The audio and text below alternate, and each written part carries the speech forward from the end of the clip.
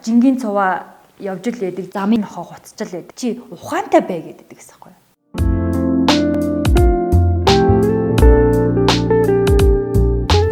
Сайн бацгаана уу, сайхан өдрийн мэнд хүргэе. Эрэг сэтгэл зүй аз жаргалын боловсролыг олгодог Сараю инээмсэглэлийн клубээс мэдчилж байна. Намайг Минд хоёрын дэлгэр цэцэг гэдэг. За би та бүхэндээ өнөөдөр нэгэн гоё сэдвээр ярилцахаар бэлтгэлээ. Эмэгтэйлэг байдал гэж юу юм бэ? Эмэгтэйчүүд эмэгтэйлэг байдлаа алддаг шалтгаан, эмэгтэйлэг байдлаа бас яаж хөгжүүлэх юм бэ гэдэг сэдвүүдээр ярилцах болно. Эмэгтэйчүүдийн донд бас нэг ийм асуулт байдаг л да. Би бол ингээд ухаантай, боломжийн ингээд сайхан бүсгүй, дэгжин, гоё, ганган ингээд гоё бүсгүй.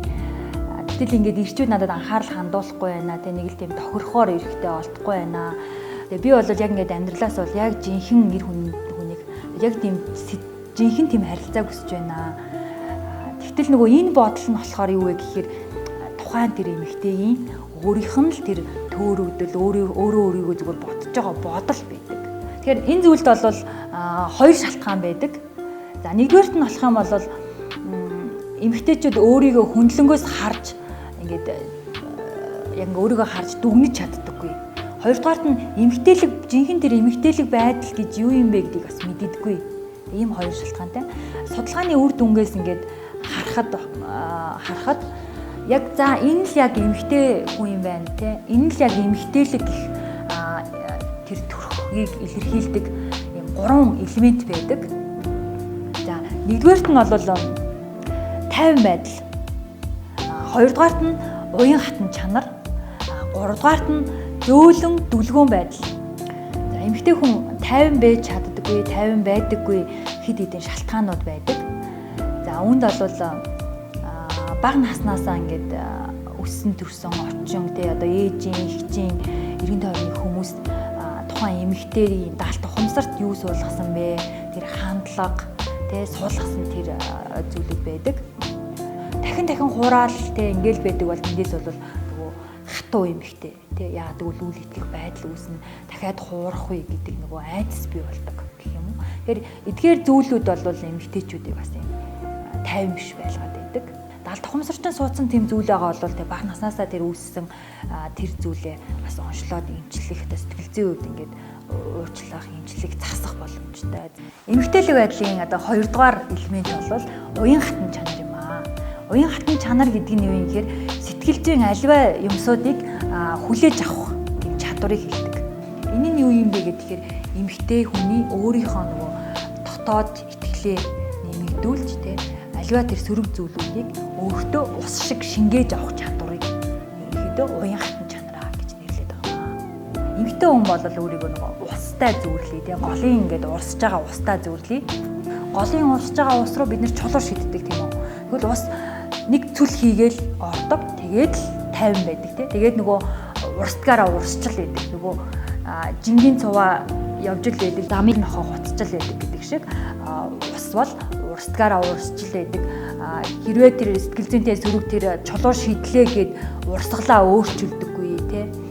Эсвэл татраад урсгаа болдоггүй гэсэн. Эмэгтэй хүний мөн чанар нь болохоор юу юм бэ гэхээр төрөлхөөсөө тийм ганцхан эмэгтэй хүндэл тийм байдаг чанар байдаг. Тэр нь болохоор ингээд тайвшруулах, зөөлөх, инэрэх, тэг ингээд ийм харагдах гэдэг ч юм уу тэг ингээд ийм сэтгэл зүйн тийм сайхан нандин чанар байдаг тэг. Эрэгтэй хүнд байдаг мөн чанар бол юу юм бэ гэхээр эрэгтэйчүүд бол ингээд байглаасаа өөрсөлдөх, тэмцэлдэх тэг ингээд ийм сөргөлдөхтэй ийм дайтах мөн чанартай байдаг.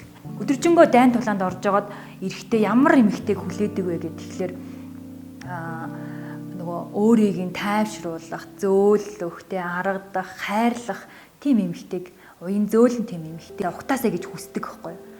Хөөе тэнийг минь чи би одоо ийм хүнтэй суугаагүй чи надад таалагдахгүй байна гэдэг юм чанга, бүдүүн, эрэгтэйлэг хоолгоор хэлхээ оронд тий тэнийг минь гэж шууд хэлхээ оронд тэнийхэн минь дээ би уг нь ийм хүнтэй суугаагүй юмсан тий хонгор минь чи уг нь маш тийм сайхан одоо нөгөө нэг итгэлтэй залуу шүү дээ гэдэг юм зөөлөн айдуу тийм хоолоогоор ингэ хэлэх юм бол яг нөгөө санаагаа хэлээд шүмжилж байгаа хэрнээ тэгээ хүслээ бас илэрхийлж байгаа хэрнээ өнгө айс нь ийм өхөөрцөн, инхрээсэн гэхдээ санаагаа хэлж чадчих байгаа байхгүй. Бас улсын харилцааны 90% нь эмэгтэйчүүдэд шалтгаалдаг гэдээ хэлсэн тийм.